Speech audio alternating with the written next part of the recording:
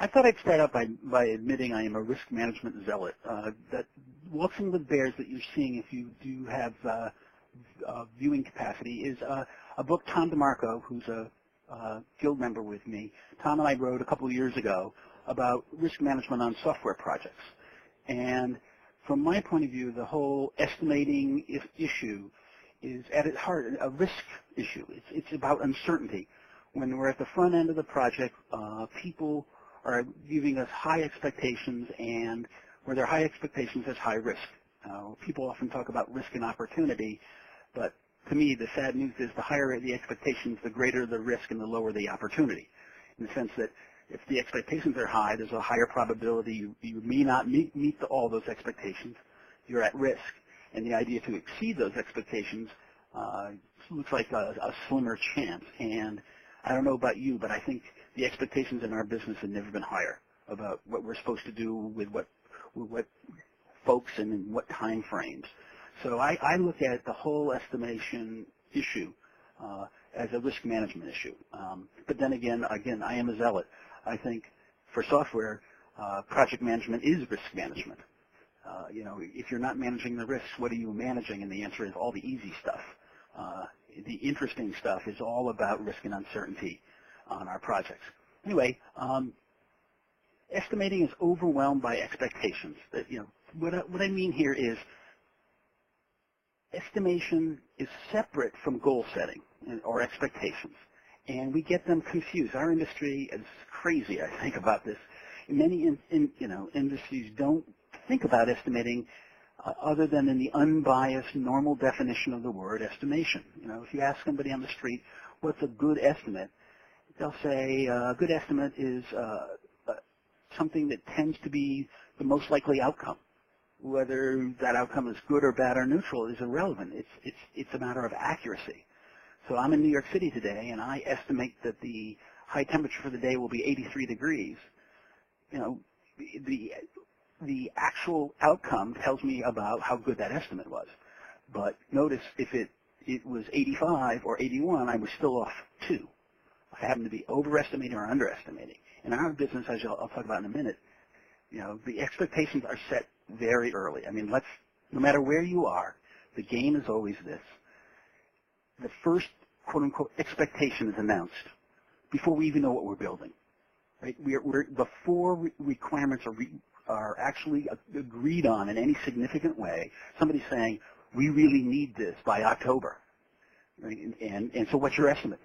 And so now immediately everything's biased to, you better say October earlier, because that would be a quote-unquote good estimate, where anything late is a bad estimate, where, again, we go back to the man on the street, tell it like it's going to be. The more accurate you are in your estimate, the better the estimate. Maybe the outcome is upsetting, but if you accurately predict it, that's the role of estimating, is to be a predictive mechanism. Right? So let me give you a couple of points. We're going to talk about several things here. I want to talk about skew in estimating. I want to talk about our absurd obsession with precision. I want to talk about what I like to call, a friend of mine introduced this term, cargo overboard, the process of expunging functionality in order to look like you made your outcome, right? And I put this picture of a locomotive on it, and it said, oh, you mean that oncoming train.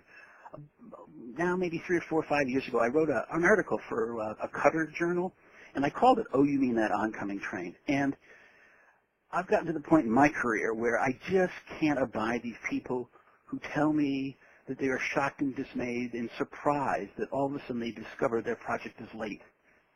They somehow, as though the project manager had an epiphany in the shower that morning, and he or she came in and said, I just realized that we're supposed to deliver by the end of the year, and we're not going to deliver till next May, as though it never struck until that moment in the shower. And come on, how do projects get 5 months late? And the answer is very simple, 1 day at a time. And when projects are late, people know that.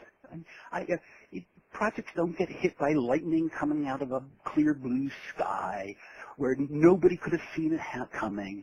Usually projects that are in deep cheese, as we like to say in New York, people know it. People who are tuned in, they're looking at this and they're saying, we're not going to make the end of, we're not making October.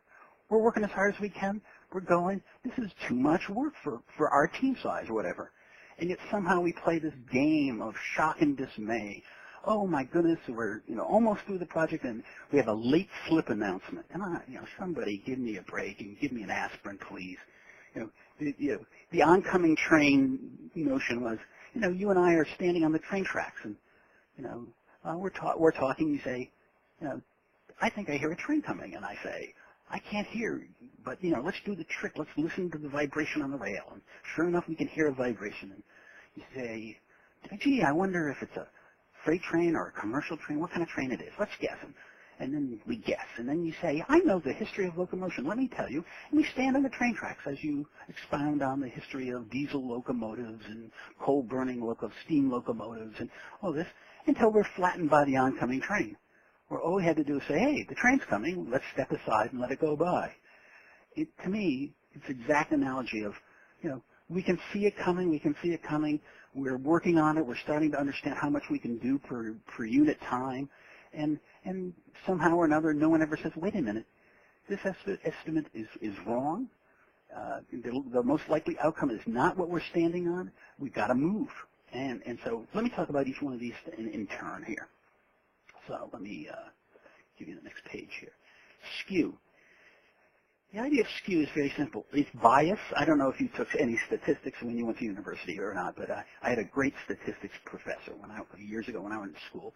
And the idea of skew is to say, for instance, if you're estimating, and you're truly estimating in unbiased form, you're equally likely to be under or overestimated. Right? That's just the noise because you cannot predict the future perfectly. But if you're unbiased, it's like my temperature. I'm 2 degrees below, 2 degrees high. There's no skew to tend to overestimate the temperature or underestimate the temperature. Years and years ago, Tom and I wrote Waltzing with Bears together, and he's a member of the Guild, a partner of the Guild with me.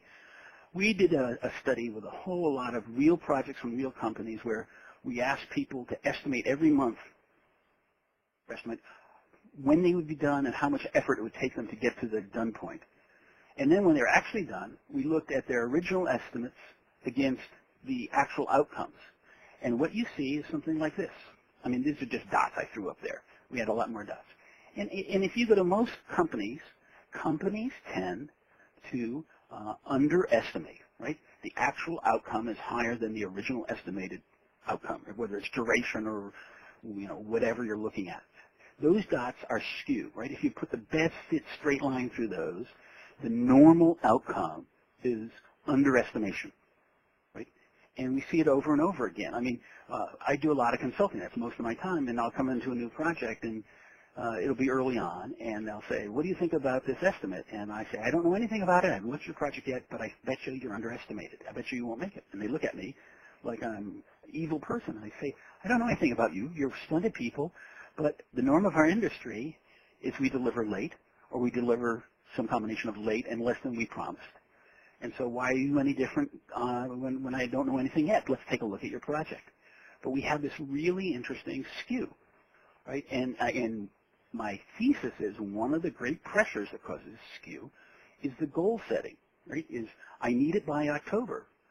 And now somehow the same person, the project manager, let's say, who is responsible for trying to get it done by October is also the same poor bloke who's supposed to now give an unbiased estimate.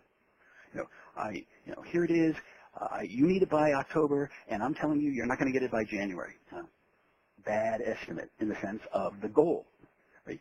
So that the goals skew us, and what I would love to encourage everyone to try to do is figure out in your organization how to separate out the notion of the goal from the accuracy and unbiased notion of the estimate.